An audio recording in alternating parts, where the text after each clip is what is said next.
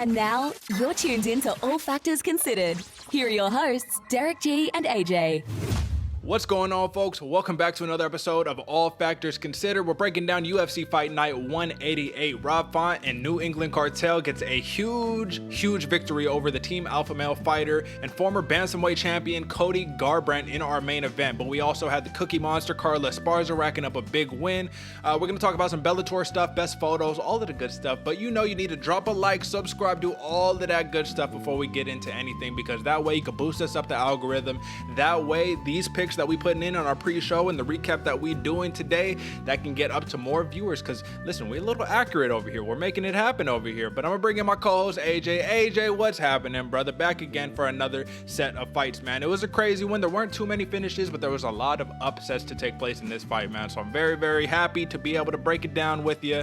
And before we do anything, AJ, let's do a little bit of record recap, right? I move up to 5-1 on this week, 57-42, 2-4. A little bit of a setback for you at 46-53, but nonetheless, man, like I said, there's a lot of upsets on this card, so these fights could have gone either way. We're gonna talk about it in a second. Judging was a little odd on some of these fights, but at the end of the day, man, that's what the fight game is. And if you don't want there to be odd judging, odd decisions, you don't leave it to the judges, right? That's what we say over here, right? Yeah, don't leave it to the judges, brother. Come on, so that's what I'm saying. So at the end of the day, I want to recap really quickly before we jump into this stuff, AJ. I want to recap that groovy Lando Venata quote that we were talking about on the pre-show a little bit, where he just talked about basically rhythm precedes precision. Rhythm is what you need. You need to be able to develop a rhythm to be able to keep your opponent at bay, to be able to stifle your opponent's offense. I think we saw a little bit of that, and it's just interesting because I had never heard that rhythm quote before, and it's starting to ring very true as of late. But at the end of the day, AJ, what we're gonna do is what we do best here, man. We're going to assess the damage and move on to the best photos over the weekend, man. So what we have first and foremost, for those who are listening, we have Bellator debutante Hannah Guy moves to 3-1 in her MMA career. She hands Valerie Loretta the first loss of her career, and arguably the worst loss, right? You know what I mean? Because this is a bad position to be in. Hannah Guy is in a mounted position over Valerie Loretta, getting ready to punch her face in. And the highly touted master Valerie Loretta, the Taekwondo black belt, the, just very social media clouded star right here, she got humbled a little bit, man. It's very important in all of our respective careers, you know what I mean? Whatever we do, that we eat a little humble pie from time to time. AJ, give me your take on this. Man, this to me, Derick, speaks into absolute domination. There are very few images you want to look up and see, and that's somebody raining down as both of their legs straddle your face. So it's absolute domination and a great fight. Absolutely, man. Then we're going to move on to Mr. Paige Van Zandt, Austin Vanderford, with a couple of big, nasty, gruesome cuts on his face. But that's the look of victory, folks, because this is an individual who got a big win over Fabian Edwards at Bellator 259. But it only takes one or two of these elbows from the bottom, man, to slice your face open. I want to ask you this, AJ, man. Do you think that, these fighters, they go into these fights and you got to know, all right, I got a good plastic surgeon on speed dial, if we use speed dial anymore, right? At the end of the day, how long do you think that a cut like this is going to take to recover from, man? It feels like with technology and with medicine that we have today, it'll probably be pretty quick. But I feel like this kind of stops there being any type of like really quick, fast turnaround after this fight. And it sucks because, like I said, it's just like one or two elbows. So give me your take, AJ. I mean, fully recover from, I'd probably say, a couple months. But we saw in the Justin Tafa, Jared Vanderaa fight, you could fix a cut on your forehead within a couple seconds, get it to stop bleeding at least. So ultimately, at the end of the day, your head bleeds just a lot because that's where all your blood is rushing to, that and your heart. Yeah. So I think that's where that's where most of this comes from. Not necessarily a big damage, but it looks pretty gruesome. What I want to focus on is that big smile that he had, man. That's what you really want to see. Absolutely. Dude's happy as could be to have those cuts because they look, like I said, a victory. But I guess last question on this one, AJ. I feel like maybe when I think about this, I think about the Nick and Nate Diaz's of the world who have been cut so many times that the scar tissue accumulates and now it's easy. All you have to do is target that spot and it just starts bleeding immediately. So that's future impact down the road, man. Maybe he gets a title shot. Maybe he gets the belt and now people know all I got to do is hit that dude a couple times and going to get him leaking because we know it's just bad optics for the judging. But nonetheless, man, let's move on to the next one. 16 years of domination, folks. 16 years of excellence. This is a picture of Cris Cyborg, man, defending her featherweight championship against Leslie Smith. She TKO win in the 5th round against Leslie Smith. She made her eat some punches, man, and the referee was a little late on that one. That was a dude who refs the UFC pretty often too, man, and he let Leslie Smith take some extra damage. But I'll tell you what, man, feels good to be on top. Cyborg got the Boston Celtics style, you know what I mean, fight kit, man. Give me your take on 16 years of excellence from Cris Cyborg.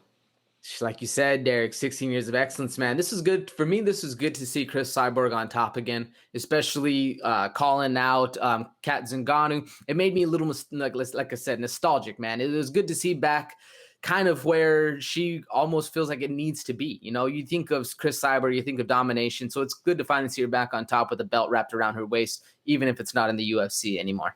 Yeah, absolutely. And let's just say that Cris Cyborg is a former Strikeforce champion, former Invicta champion, former UFC champion, and now a Bellator champion. That's 4 different belts across 4 different promotions, man. Very, very incredible, man.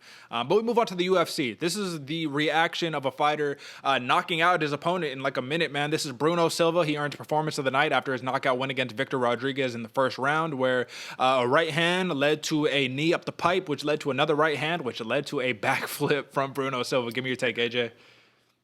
Yeah, Derek, this is a very impressive fight from Bruno Silva, and I think we need to change his nickname to Thud, because boy, this dude packs a wallop. Like, that was one of the biggest things. This backflip's impressive, but the sounds that were coming off of Bruno Silva's opponent's face when he was landing was what had me just jumping out of my seat. This is a hell of a win for Bruno Silva, and I'm happy for him.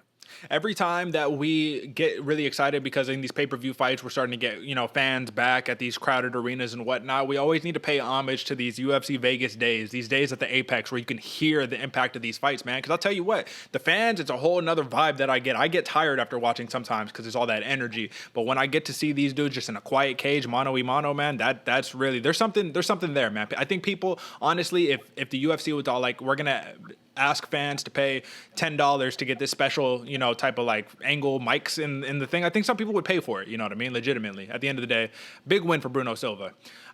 This is something that we're going to break down a little bit further, a little bit later, man, but this is Norma Dumont, man. She does the finger wag. This is the NBA Dikembe Mutombo moment in the UFC. This is where sports start to transcend and start to merge a little bit, but at the end of the day, this is a Norma Dumont saying, oh, you want to grapple? No, we're going to fight.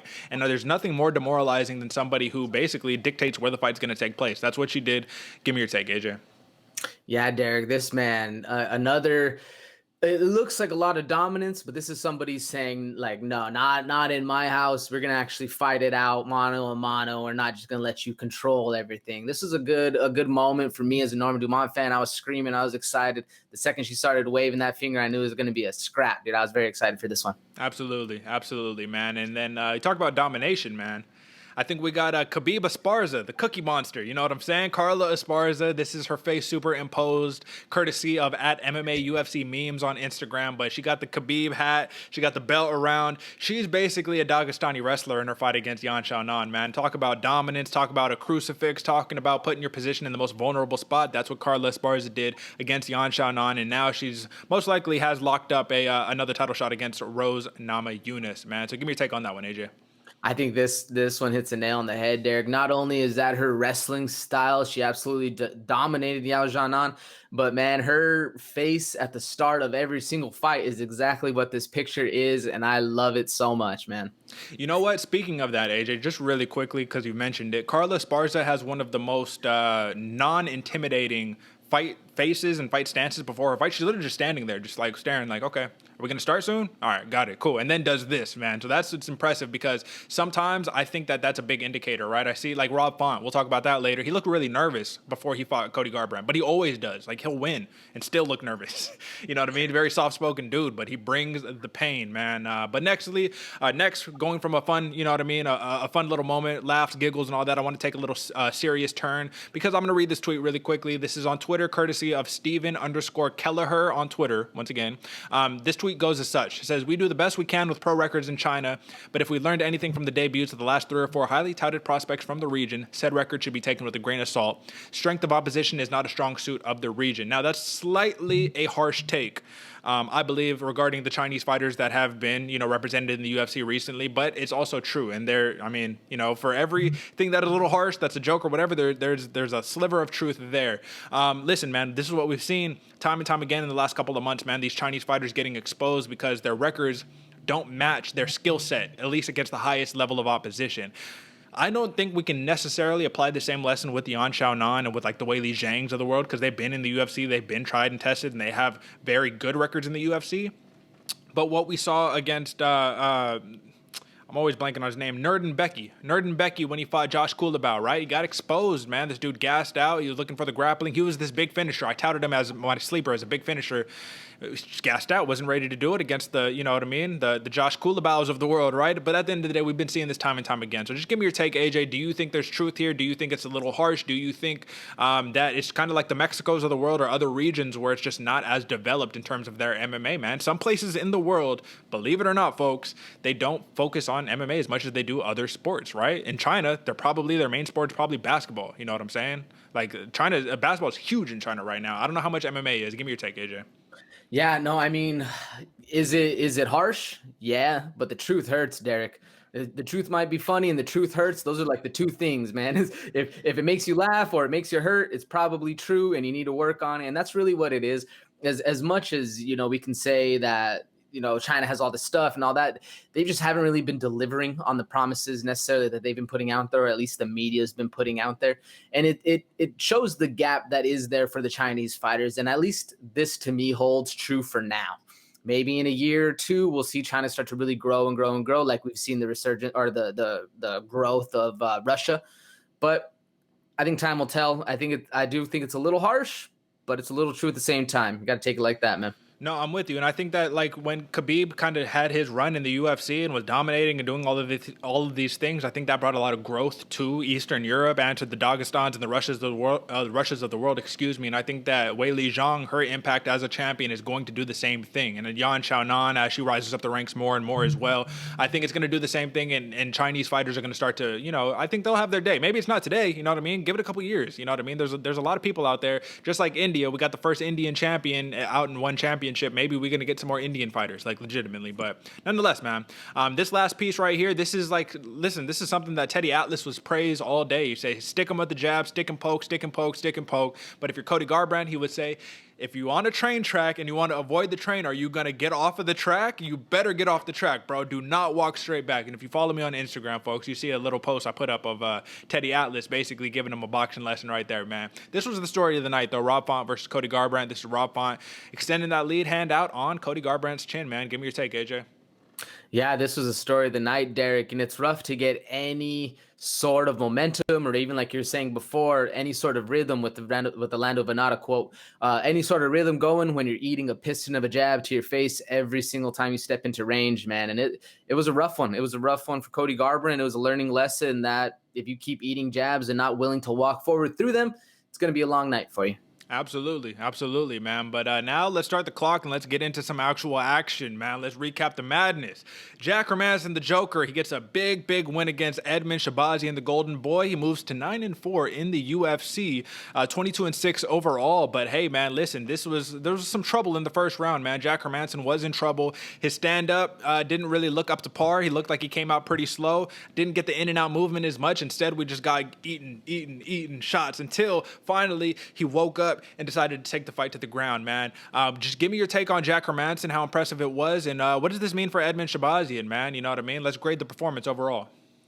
Well, I think you hit the nail on the head, Derek. Jack Hermansson just started a little slow, gave Edmen Shahbazyan that opportunity just to start piecing him up. I gave the first round to Edmen Shahbazyan, but after that, Hermansson took over. He might have came out a little slow and kind of plodding around, but once he was able to get his actual game working and he felt comfortable and he felt like at home, it was pretty much over from the second round on. And I definitely think it wasn't the best performance we've seen from Jack Hermansson. Like I said, obviously, or like we both said, he started a little slow, kind of got pieced up a little bit. So it left a little more to be desired from Jack Hermansson. But even from Edmen Shahbazyan, it started off really well, but his ground game got exposed. And no matter how sharp your hands are or how good you're looking at range, the second you accept a bottom position with your back against the ground, it's never a good look. And that's ultimately what was the crux of his whole game plan, was just no ground game or no get up, no what's the word I'm looking for? I think Enthusiasm or pressure to stand up. He accepted the fight on the bottom, and at the end of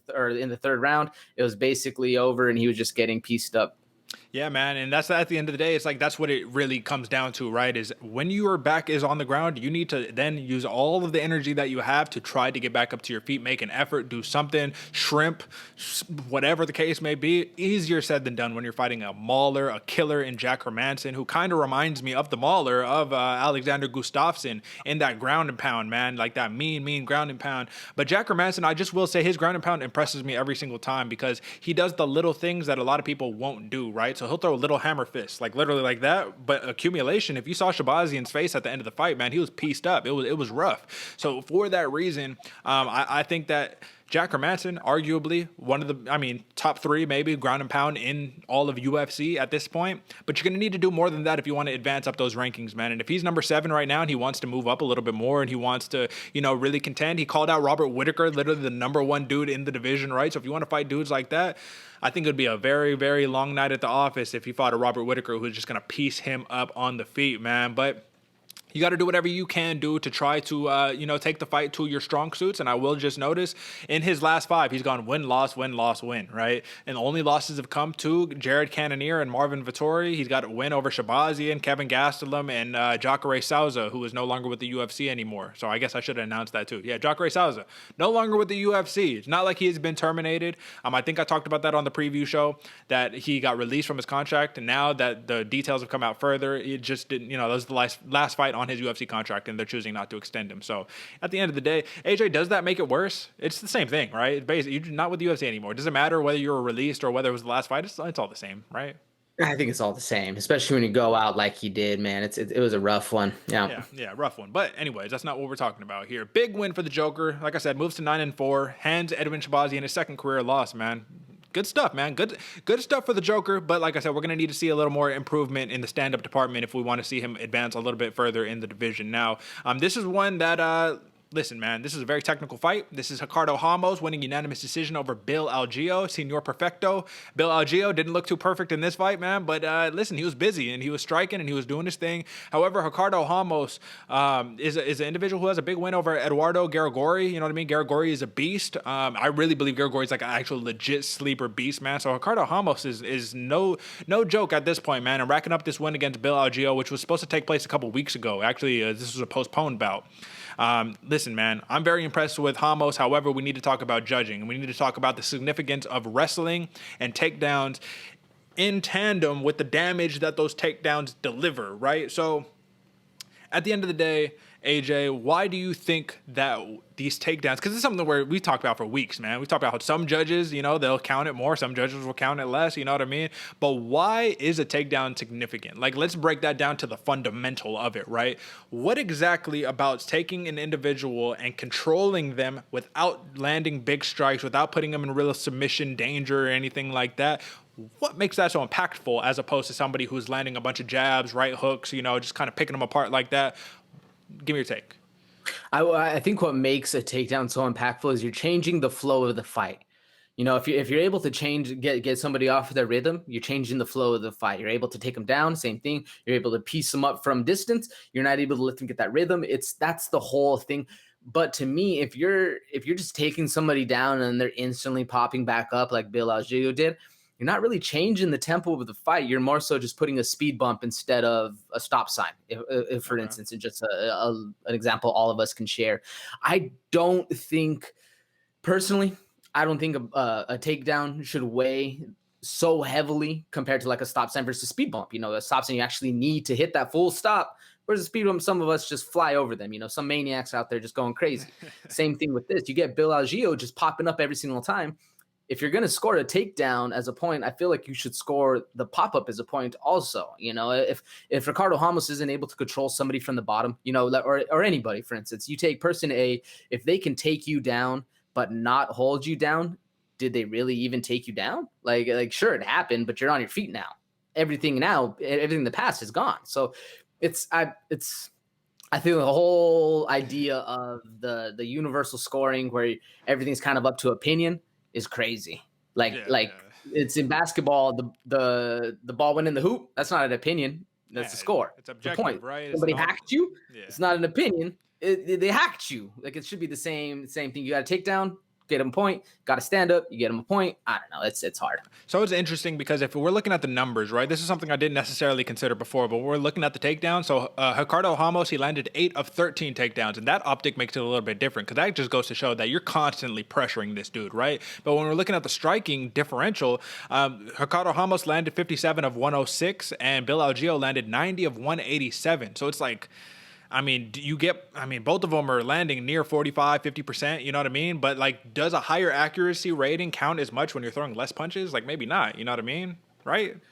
That's another good comparison, right? It's that same exact argument of damage. Sure, you might be landing more punches, but if you threw 10 and landed 7, but I threw 50 and landed 4 or landed, let's even say 35, I definitely did more damage. So it's hard to say, man.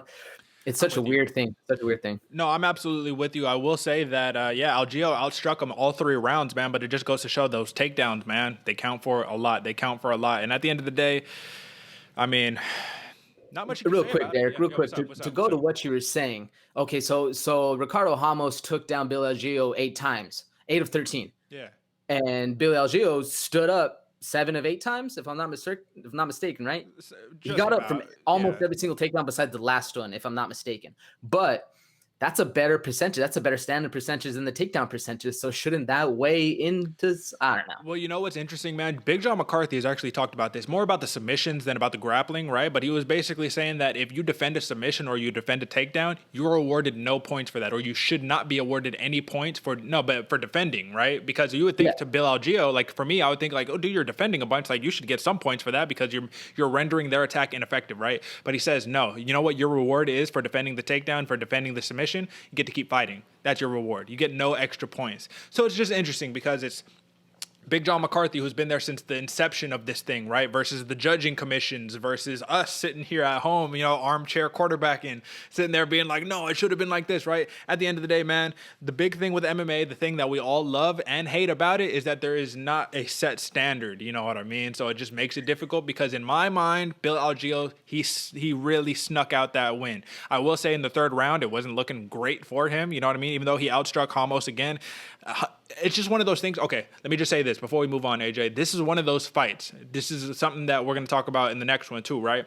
Where even though I felt like I looked at the numbers, I'm like, damn, Algeo is outstriking him, but it felt like Ramos was winning. You know what I mean? It's like when you're watching it and you're like, damn, the numbers don't really add up to what I'm seeing. Because like in my head, I thought that Ramos was outstriking him, but when you look at the numbers, it was really Algeo. So in that case, man, what does that say about this fight overall? That's just a good fight. That's the definition of a good fight, right? A good close fight. No, yeah, no, you were correct, Eric. This was 100% an amazing fight and also very well dispersed. A lot of up and down, a lot of back and forth. Both fighters had their moments. It was a great fight. I say your question again. I got distracted. I'm sorry. I don't even know if I have a question at this point, man. I think I was more just kind of saying like this is just what a definition of a good fight is one where it's like one person could be winning on the numbers, but it doesn't seem like they're winning. That's what makes it close. Yes.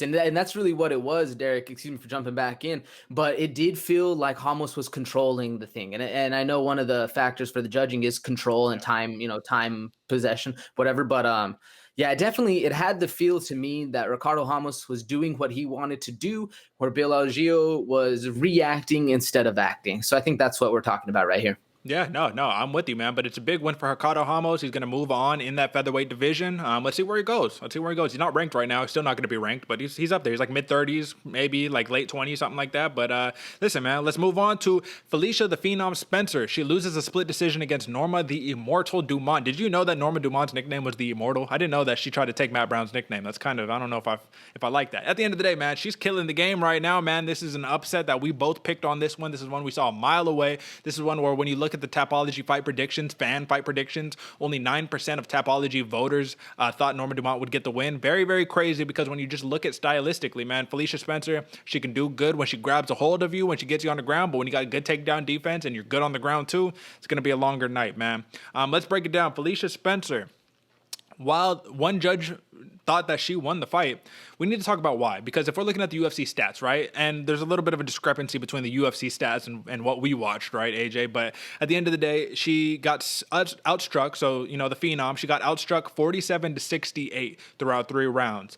She was credited with landing 0 takedowns, even though Norma Dumont ended the fight on her back, right, so not sure how that works. And she did have almost 3 minutes of control time, but that's basically the only category that she led in. So how do you score the fight for Felicia Spencer? We could talk about that in a second. First, let's just really showcase, man. Norma Dumont, she got power in her hands. Her boxing is crisp. And I think we just saw the last featherweight fight in UFC history. AJ, I don't know if we're going to see another one. And if she moves down to bantamweight, I don't know if she's going to have the speed power or the speed advantage, but we know she's going to pack some pop in her punch, man. Just give me your reaction to the fight. Yeah, man, she's when Norma Dumont moves down to 135, she's gonna pack a wallet for sure. She was impressive, man. It was a good fight, very, very dominant, or a little one-sided, at least for the striking aspect. And I think the only control time Felicia Spencer had was in the 3rd round. So me personally, I have zero idea how anybody scored it for Felicia Spencer. I did give her the last round. Don't get me wrong. Like I said, it was a good fight. She did. You can tell that Norma Dumont kind of wavered a little at the end and allowed Felicia Spencer to kind of control the end of the fight. And you could even saw, like you said, Norma Dumont ended the fight on her back. And at the end of it, she even celebrated, like on her shoulders on the ground. She's like, yay! Like I've never seen that before. But maybe that's how they scored it for Felicia Spencer. I'm not necessarily sure. I don't see how it did, because to me, Felicia Spencer did absolutely 0 damage while in Norma Dumont's guard. So if you're not doing any damage, what's the point? But it's here or there. So I took a look at the advanced stats and the advanced metrics on there. So round by round, Felicia Spencer, 15 seconds of control time in the 1st round, 33 seconds of control time in the 2nd round, 2 minutes and 10 seconds of control time in the 3rd round. And in the 3rd round, she outstruck Norma Dumont 16-12. So I guess that awards her the round. I don't know.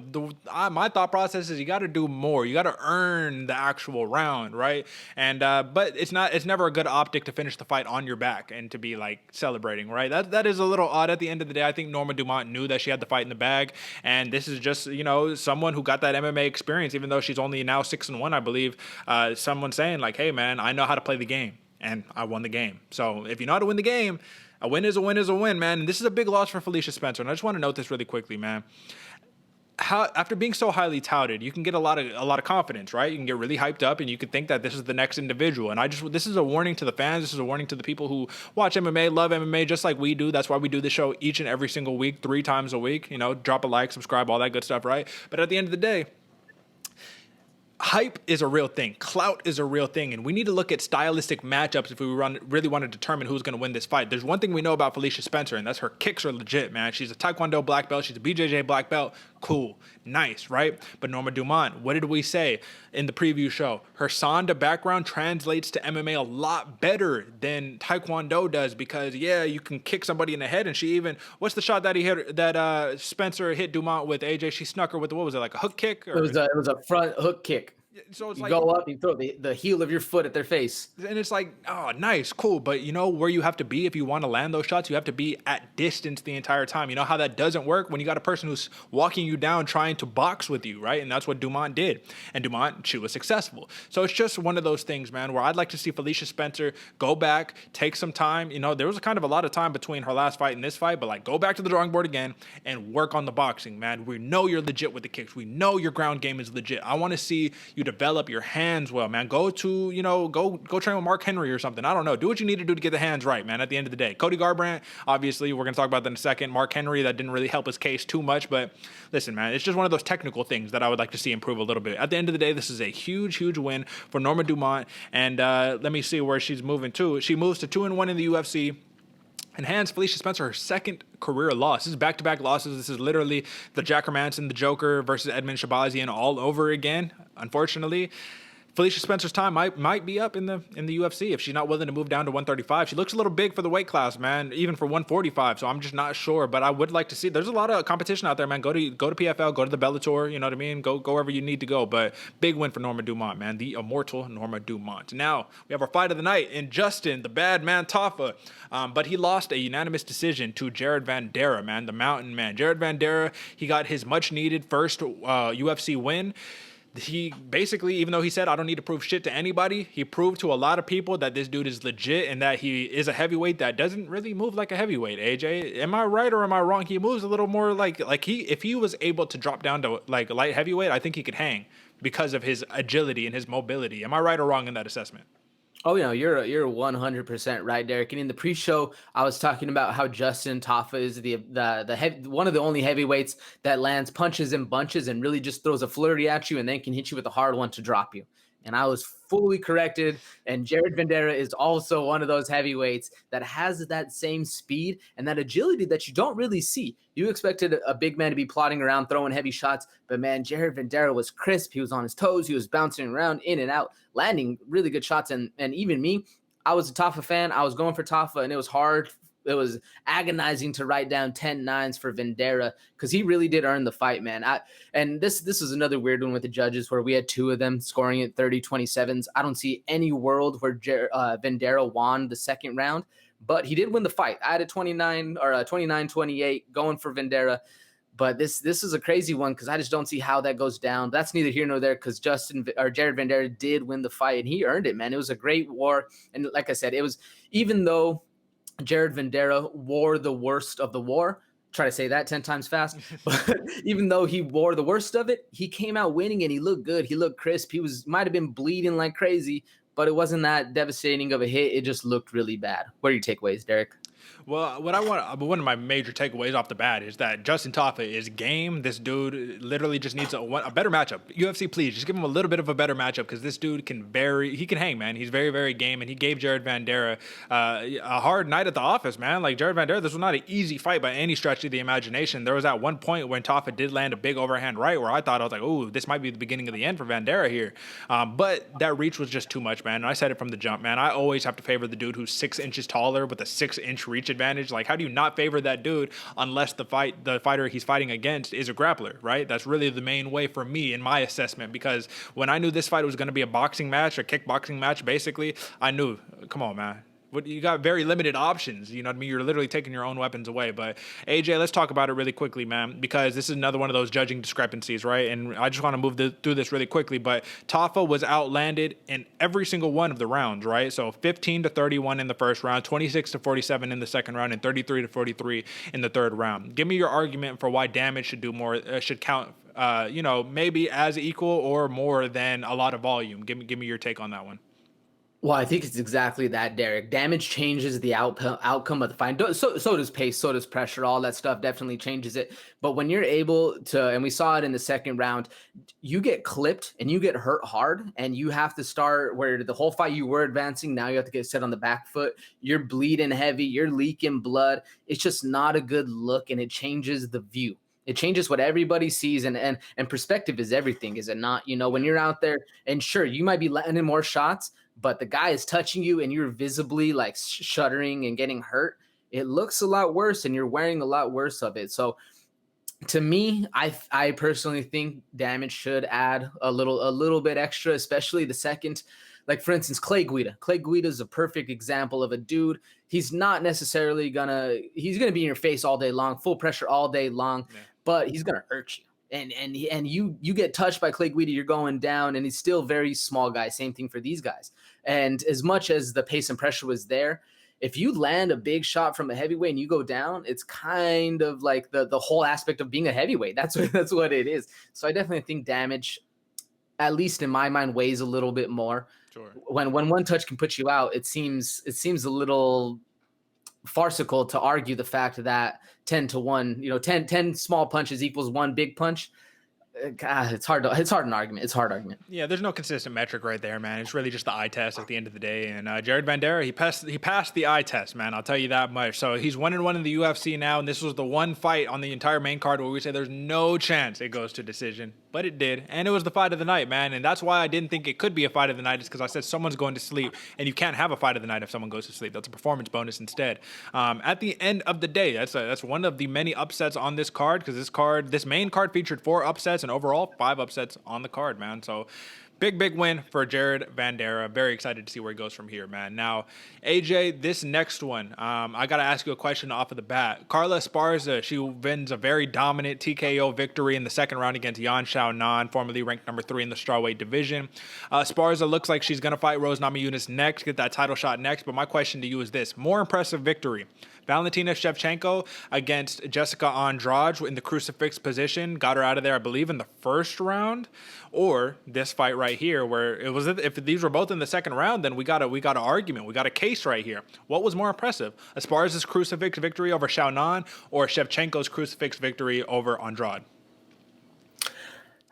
That's a good argument. That's a really good argument. I haven't thought about it before, but I would actually probably say Esparza versus Yan, just because Esparza, if I'm not mistaken, wasn't touched. She might have been hit like 4 or 5 times, but it didn't really look like it. She wasn't touched. She completely dominated the whole fight, and I'd be surprised if Carla Esparza even broke a sweat, man, because she might not have done a lot of damage, but she had all the control of what was that, maybe a 7-minute fight. She had about 7 minutes of control time. So the argument's there. The argument's there for sure. I mean, it's hard to argue against the bullet because she absolutely put it to Jessica Andrade.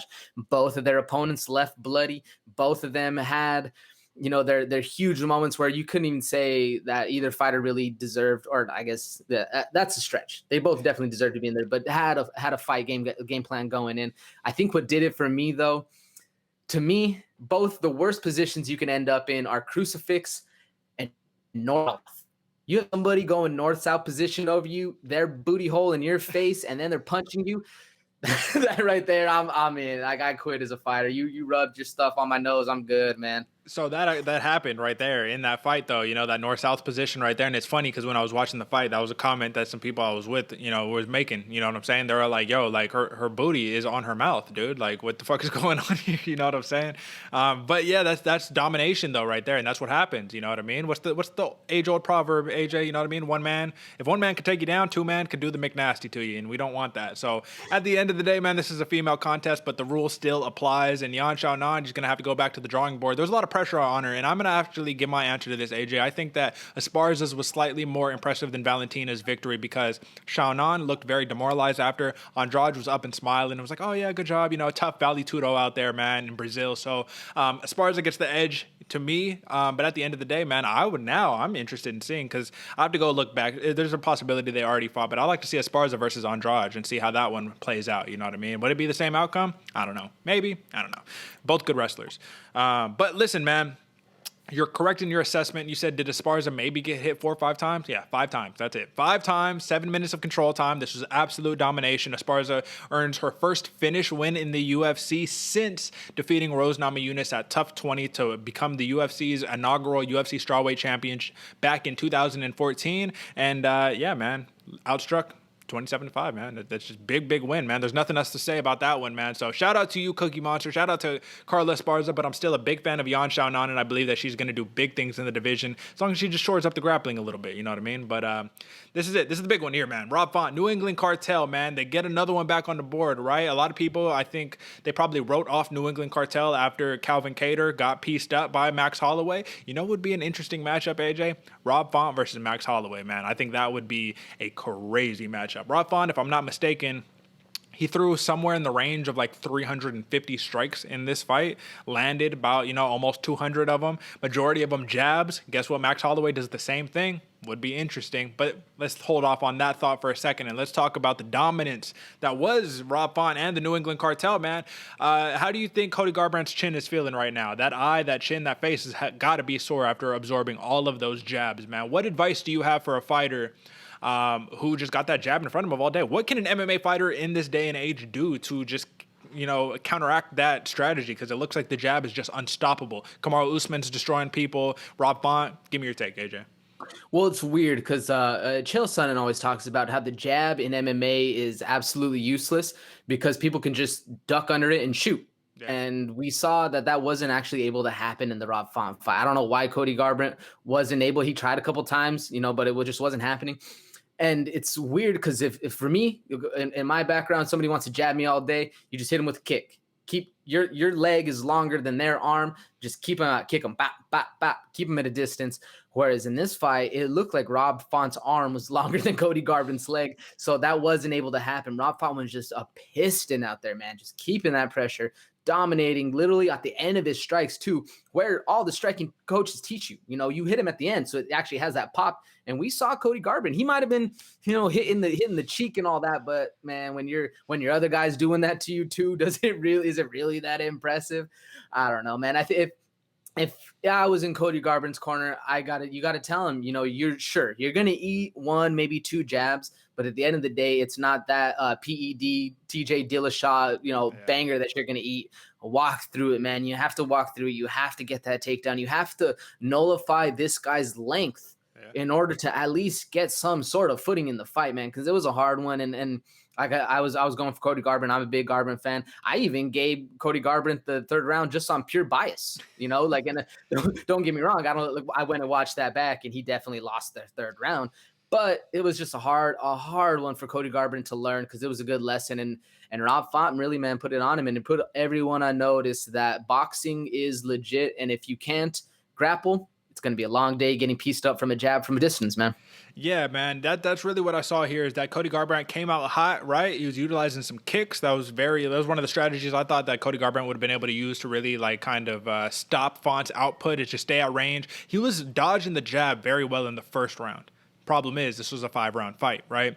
And we're going to see that Cody Garbrandt was outstruck in every single round, 1 through 5. So I say it's the demoralizing feeling when all 5 rounds, everything you tried, nothing works, man. Yeah, you had a moment, right? And that's the thing. In 5-minute rounds, you have moments, you know what I mean? Like, oh yeah, caught him clean with that good shot right there. Cool, you know what I mean? There was a couple times where Cody showed that power and that speed where he just got out, right?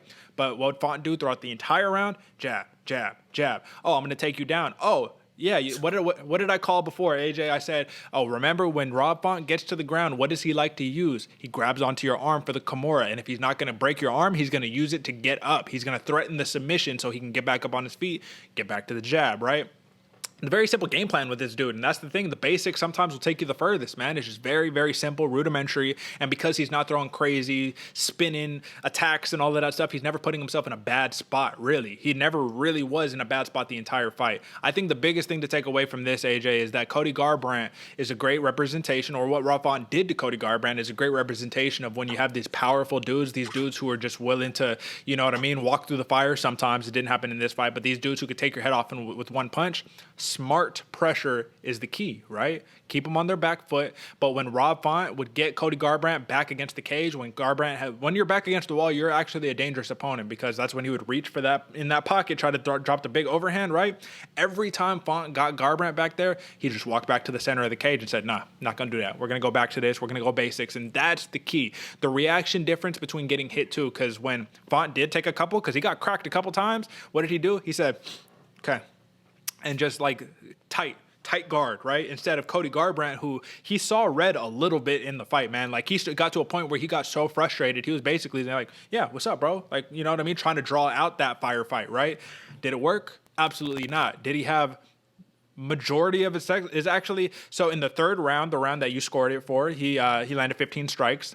That's the most strikes in any round, 15 in round 3 and in round 5. He was outstruck in both of those rounds. In the third round, he was outstruck by about 15 shots. In the fifth round, he was outstruck by about 30 strikes. You know what I mean?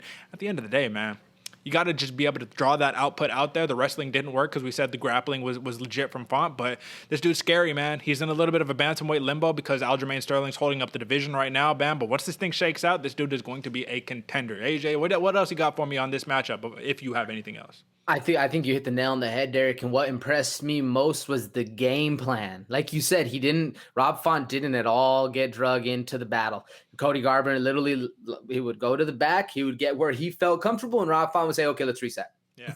Okay, you're comfortable? Cool. Come on, back up now. Let's go. Let's play my game. And we're fighting my game, and this is it. And that's what you want, man. It was so impressive. And as a Cody Garbrandt fan, it was frustrating. But at the end of the day, you got to give Rob Font his credit, because he didn't necessarily only fight with these.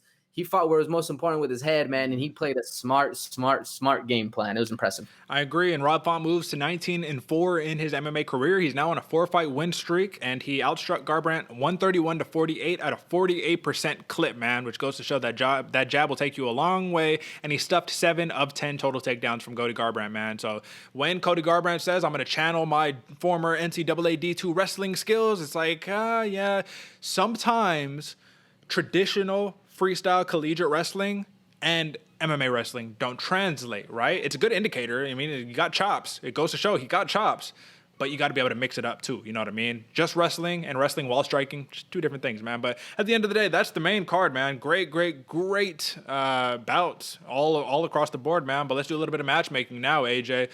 So we might as well start off where we was just talking about for Rob Font. There's really only one place to go, kinda. And I'm going to tell you what my pick is for this one. I say that shouldn't Rob Font get the loser of number 2 ranked Corey Sandhagen and Dillashaw when they fight? You know what I mean? Like, where else could he go? Unless he fights down, like majorly down, where else does he go? Yeah, so I had winner or loser of TJ Sandhagen or winner or loser of Algeo Yan. I imagine the 2 winners of those fights will fight each other. Sure. Maybe the 2 losers fight each other. Hopefully Font gets in the mix somehow, because I definitely think he deserves it. But one that I think that it's he's gonna fight down for sure if he takes this fight. But it's almost a fight up. What about Dominic Cruz? He's lower in the rankings. He's a hell of a wrestler. He's got that weird flowy, not necessarily flowy, kind of jerky style. I do think Rob Font out lengths him, and he's gonna keep that jab. But in a fighter like Dominic Cruz, a jab might not be the most, because he's coming at you with these weird sideways angles where you're not necessarily, it's like that break dance where, it's like a weird style. And I think it would make for a good fight. It's definitely a downwards fight as far as numbers, but an upwards fight as far as like clout and fame. I don't know. What do you think? I mean, I think that if he added Cruz to the hit list, if he could, because that's not at all an easy outing whatsoever, but if he could add him to the hit list, man, that would mean since losing to Rafael Sunsao 5 fights ago, he would now have beaten the current Bellator Bantamweight champion, Sergio Pettis, Ricky Simon, Absolute Savage, Marlon Moraes, Magic Marlon Moraes, Cody Garbrandt, and Dominic Cruz. There's no way you can't fight for a title after that, right?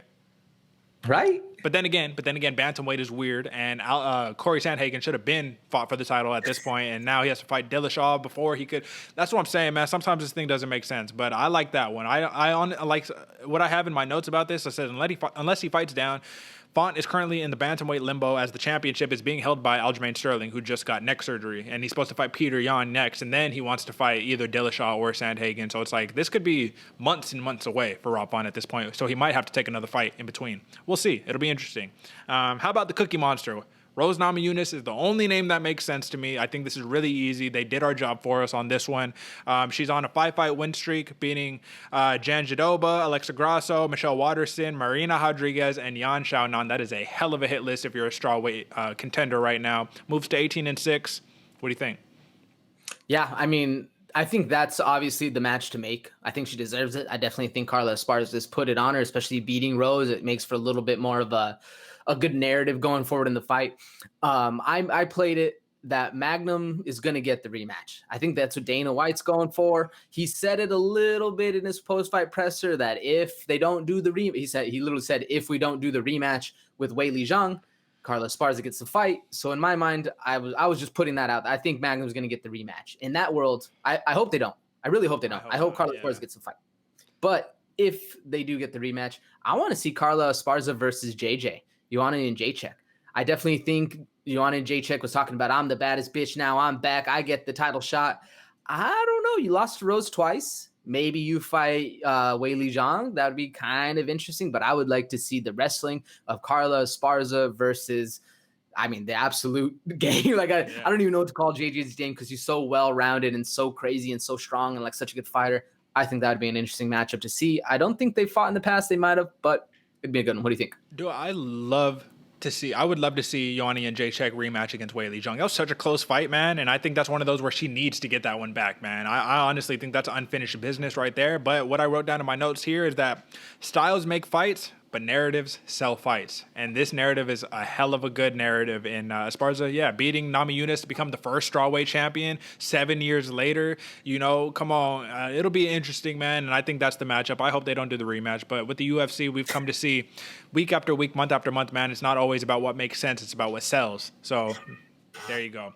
Dollars make sense, my brother. Yeah, Jared Vanderaa at heavyweight. This is one where we can go anywhere because this dude is way down there in the rankings. He came into this fight about ranked like 46, mid-40s. I got him down up to 42. After losing to Spivak, he gets the big win over Justin Tafa. I got number 27 ranked Juan Espino. I think Espino got ripped off with that controversial loss to Alexander Romanov where he lost a technical decision after like hitting Romanov in the nuts, maybe, and Romanov just kind of sold it real crazy.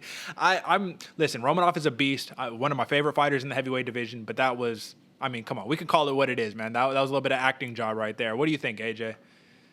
I think Juan Espino is a good one. I definitely think he did not deserve the L at the end of the day, so, and I don't know, that's a whole nother fight story with Juan Espino and the polar bear. I think that's his nickname. Anyway, regardless, who I got another one kind of following the meta of what UFC's been doing. I know it's sad to say we got to get the old dogs out of here, but I'm going Marcos Rogerio de Lima. Okay. We've seen him fight a lot lately. He's kind of been on an up and down. He's an old dog in the fight game against a Jared Vanderaa who is supposedly very very heavy wrestling. But we saw him have even better boxing this one. I think it's a good fight, and I think it's a good step up, at least a nice test, because we could have gone anywhere with Vanderaa. He's so low on the thing. I think that's a good fight, and it gives Rogerio de Lima kind of that feeling of he might get cut by the young dude. I don't know. No, I'm with you, man. And I think either way, it's a good clash of styles. And that's kind of what I was looking for because he has to go and fight a grappler again. You know what I mean? You have to go and prove that you can beat these grapplers. So that's what I had wrote that Espino was on an 8-fight win streak prior to that loss against Romanov. And it's a good clash of styles. So either way, grappler. Give me a grappler, man. Norma Dumont, man, the immortal. Listen, no more 145ers, so I've dropped her down to 135, and when I looked in the 135 ranking, she's already ranked after she beat Ashley Evans-Smith, so that's good. Had her at about 26 at Bantamweight in the women's division. I see no change because you didn't fight in Bantamweight, so this shouldn't affect the Bantamweight rankings, but I do give her a test, someone who I think is really good and who is finally starting to get it together. She got a big win in her last fight. Number 25 ranked Vanessa Melo. She's legit, dude. She's had to fight some stiff competition. She's a good grappler. She could strike a little bit, and I want to see Norma Dumont against another grappler. I'd like to see if she could fare well again. What do you think, and who do you have? I like that a lot, actually. I was kind of in the same thing. I went 135 fighters as well. I definitely think that's where Norma Dumont has a future. I wanted to see her against Julia Stoliarenko. Okay. Just kind of, I think that's an easier step up, but one that I really was interested in, and we've seen her fight a lot lately, was Julia Avila. She had an amazing fight last one, and I think that would be a scrap, brother. I thought that would have been a little bit of too much of a test for Dumont right now. Avila's a beast, dude. She's one of my favorite fighters, and I believe if she's not ranked, she's like right there to be ranked right there. So she's like number 17, around 17 to 20. I remember it being like just a little bit too far of a step up, but still an amazing fight if we did get that one. I agree, and that's kind of how I felt too. Is like let's bring her up there, man. Let's drop her into them deep waters and let's see what she could do. Because Dumont, after beating Spencer, dude, she's going to get a big jump in her clout and her hype right there. So that should be a good matchup, man. Either one of those. Ricardo Ramos at 145 pounds, man. I have a fun matchup for him, but the dude that I have matched up for him isn't going to want to fight him because he's already talked about he only wants a ranked opponent at this point. He feels like he's deserved it. But I got number 30 ranked Bruce Leroy, Alex Caceres versus Ricardo Ramos, man. I think that'd just be a really fun kickboxing match. And then Ricardo Ramos, he already mentioned it. He says, my base style is MMA. I started as a jiu-jitsu practitioner, but he can fight anywhere. So what do you think about that? Yeah, I had Bruce Leroy in there as well, just because I wanted to see that like you said, styles makes fights. If we see Bruce Leroy versus Ricardo Ramos, I think that's going to be a good one. But another one that I had a feeling you were going to go Alex Caceres, so I went with another one. The Governor, Gavin Tucker, put on some wrestling, man. Woo! I think that'd be a good fight, and we'd actually be able to see kind of something different. So I think either of those would be an amazing fight. I got my money on the Governor, Gavin Tucker, if that one takes place, man. But I think it would be a good test. Ricardo Ramos, he was ranked about 38 coming into this fight. I got him about 36 now. But at the end of the day, man, like listen, it's just tough for these dudes. I think that the UFC matchmakers could have fun with this dude, Ricardo Ramos, man. Especially because, like I said, his wins, man. He got a win over Journey Newson. He has a win over Eduardo Garagori. Like I said, those are so big, and he's fought killers, man. He fought Saeed Nurmagomedov 5 fights ago. He got knocked out second round, man. But Leron Murphy was his last loss. Either way, man. Last one that we got is the Joker, Jack Hermansson. He was ranked about number 7. I can only move him up to about number 6, man. You know what I mean? Because everybody in the top 6 of the middleweight division is matched up, except Robert Whittaker. He already alluded to that. And with that being said, I got 2 options. So you give me yours first, AJ. This one was hard for me because I personally wanted to see Edmen Shahbazyan fight Big Mouth. So Kevin Holland. It's the only reason I didn't. Kevin Holland. I didn't even pair them up because I think that's the only other fighter that's not fighting within the top 10, if I'm not mistaken. So it'd be Jack Hermansson, Robert Whittaker, Kevin Holland, and there was one more that was ranked right above Kevin Holland, but I believe him and Jack Hermansson fought already, and it might be Kevin Holland is 14 now. Kevin Holland got dropped way down the rankings. Oh, okay. So I was looking at the Topology rankings, but I think the one right above him was the heel hook that he just had. I can't remember the dude's name right now. Gastelum. It was Kelvin Gastelum. So I didn't really see anywhere for Hermansson to go besides Bobby Knuckles. So tell me something interesting because I didn't really have anything interesting to mind. I only got one. And when I'm looking at the rankings, it's the same thing, dude. Basically, everybody is matched up, man. But I think that the loser of Derek Brunson versus Darren Till could be a fun matchup for this dude, man.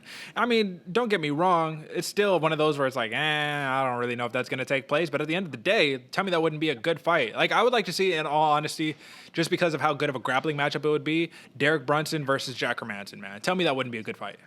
Yeah, no, that would be a good one, especially because I think Jack Hermansson could outperform him a little bit. Personally, I would like to see Till. I think the Till fight would be a little more intriguing to me just because I'm a Till fan. But I think either one of those, it at least puts Hermansson where he's supposed to be in the rankings, or at least in the performance aspect. He's finally, you can't put Jack Hermansson against dudes who he's just going to slaughter each and every round, you know? So you got to give him some killers, and I think those would be good fights, man. Absolutely. I mean, everybody, we want to see Darren Till against everybody. I just want to see the man fight, really, at this point. Just throw him against somebody, man. But luckily, we get Derek Brunson soon. But yeah, man, look, it looks like that's the matchmaking that we got for you. So let's move on to the word on the street, my man. So I got a couple of things here, man, and there's we need to talk about Weili Zhang again, AJ. I didn't want to do it, but we're going to talk about it really quickly, man. So Hannah Guy already said I said in the beginning of the show, she hands the formerly undefeated Weili Zhang, who is now 3-1, her first professional loss. It was a UD loss, 30-27, 29-28 times 2 at Bellator 259. Now, I want to talk about Weili Zhang's corner advice. And I don't know if you tuned into this fight, man. It's okay if you didn't because, I mean, most people don't care about this matchup. This was actually a very prospect matchup. I'm just super hyped because I'm a fan of these fighters. But this is what Loreda's corner advice was between round 2 and 3 that has gone somewhat viral due to its pointed and accurate nature. So I'm going to read it. It says, her coach said, "You got to box. You have to punch. Stop the stupid shit with the spinning back fist and boxer. Stop running away. The groundwork is atrocious. Stay off the ground with her. If you don't punch, you will lose. You have to go and do this. You need to throw at least 50 punches if you want to win this fight." It was very pointed. It was very accurate. But a lot of people have been throwing flack their way, saying that her corner is just being mean to her, and her corner doesn't have to be rude and shit like that. So there was a quote after that I pulled from Twitter, so I apologize because I don't have the source, but it was just a good quote. And I want your take on this, AJ. Do you think the age-old proverb of "some people would rather be ruined by praise than saved by criticism" comes into effect here? I think that quote comes into effect with all the keyboard warriors out there that are saying that, man. Because if you've ever been there, the one thing you don't want is smoke blown up your ass. If I'm getting my ass beat, please tell me I'm getting my ass beat, because obviously I haven't noticed it enough to change anything. I think that's the point of the coach. The point of the coach is to get in there. We saw it in the Jared Vanderaa fight. He told him, "Yo, it's 1-1. If you want to win your first UFC fight, you have to go out there and win it. I can't do shit for you. I can tell you all I want. You have to go out there and do it." And I think that at the end of the day, I don't remember when we said it before, but the truth hurts, man. Yeah. Sometimes the truth fucking hurts, and that's what it is, and that's how you need to go out there and perform. And if it hurts, that it means it's true. Like, come on, you got to go out there and do it. And I think the aspect that everyone else is going around saying like her coach was too mean, Well, imagine if he didn't do that and she went out there and like got a broken jaw or did something like that. Then you'd be like, yo, you didn't defend your athlete. I think it's just a little bit of the soft mentality that's coming out on the keyboard warriors on that one, my friend. I hear you, man. And I agree with you because eventually Loretta came out in the third round and threw some spinning shit, got taken down and lost the fight. So it's like she didn't listen to the corner advice, man. She came out after because, you know, she's 22 and she's on Twitter and she's social media and she says, like, you guys are watching my career develop in front of your eyes. You know what I mean? You said I'd get tapped out in the first round. She got caught in an armbar multiple times, man. The fight almost got finished. But that's why I love women's MMA. Their dexterity they're so flexible and their dexterity is crazy. But at the end of the day, man, I do think that you can't sit there and just accept I'm so great, I'm so awesome, perfect, and not understand that you are flawed. We're all flawed. We all have things that we can work on. Like they say, man, you should be in the gym every single day because there's always something to work on, right? I just think that we need to see that more. Stay off social media, man. I think that, don't get me wrong, you can build your following like that and all of that stuff, man, but I truly believe that that's the downfall of a lot of these young fighters because look at the Muhammad Ali's, you know what I mean, the people in the 90s coming up, people in the mid-2000s, the Mike Tysons and whatnot. They didn't have social media, bro. They didn't have that to distract them. This is a new factor in the game that these fighters can, you know what I mean, lose a lot of their confidence due to people being mean on Twitter or people telling you, oh, your coaches are mean, you should leave that, you know, that camp or whatever. That's not what you want, man. Let me move on to this next point because I want to touch on this very, very quickly. But hate to say it, AJ, this actually kind of devastated me a little bit, man. I was a little bit heartbroken, but I knew it was time. And I want to say, man, happy retirement. Thank you for all you've done in MMA to the Irish Dragon, Paul Felder. Paul Felder, who went 17-6 in his MMA career, has announced his retirement at UFC Fight Night 188. He went 9-6 in the promotion and reached the rank of number 6 in the world at its peak, right? Listen, dude, this dude has delivered so many fun memories. His fight against Edson Barbosa was crazy. Taking these fights against RDA and Dan Hooker and just never a boring fight, man. All love to Paul Felder, man. This is literally one of my favorite fighters. So with that being said, man, listen, he's an example of how fighters should act, right? When he fought RDA on short notice, still made weight and said, all you fighters missing weight, you need to get your shit together. You know what I mean? Like, come on, be professional. I love it, man. There's no better spokesperson for the sport. Dan Hardy and Paul Felder, those are some of my favorite fighters, you know what I mean? Even though Dan Hardy's getting a little hate right now for whatever reason. Shout out to those guys, man, but especially Paul Felder. What's your take on Paul Felder's retirement, AJ?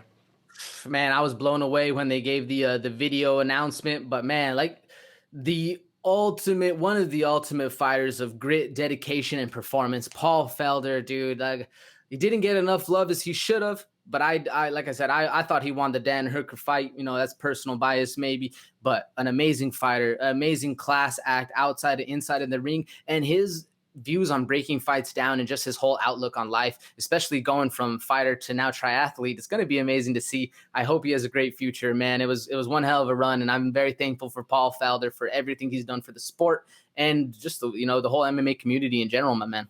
Absolutely. And I think that one big lesson that he just showed for a lot of these other fighters who are reaching the end of their career, man, you don't have to fight past your expiration date, dude. You know, you can call it quits. You know what I mean? He said it himself. He was all, Bisping was next to him. He was like, everybody wants to be the champ, man. But listen, you reached number 6 in the world. Like, hang your hat on that. They say that there's a big argument that's taking place right now that's saying that if you reach number 6 and higher in the UFC in any division, you can be considered a master of that sport, legitimately. You know what I mean? And I think Paul Felder with that spinning back fist, man, those spinning back kicks, the elbows, listen, man, no one to do it better, man. No one to do it better. And lastly, before we get out of here, AJ, just really quickly, Cyborg, we talked about 16 years of excellence, 4 belts across 4 different promotions. I want to ask you this. What's left to prove after 16 years of dominance, man? Her only real loss outside of her first career loss, which is one of her 2 losses, was to Amanda Nunes where she got knocked out, right? So I say a super fight against PFL's 155-pound champion and Kayla Harrison, or one last shot at a rematch with Amanda Nunes is all that's left to prove here, man. That's the only thing that makes sense. I don't even understand why she's still fighting. Maybe because she loves it, and that's the best reason to do it. But at the end of the day, man, there's nothing left to prove here. What do you think happened? Do you think either of those fights happened? What do you think? Do you think she should hang it up? Give me your thoughts.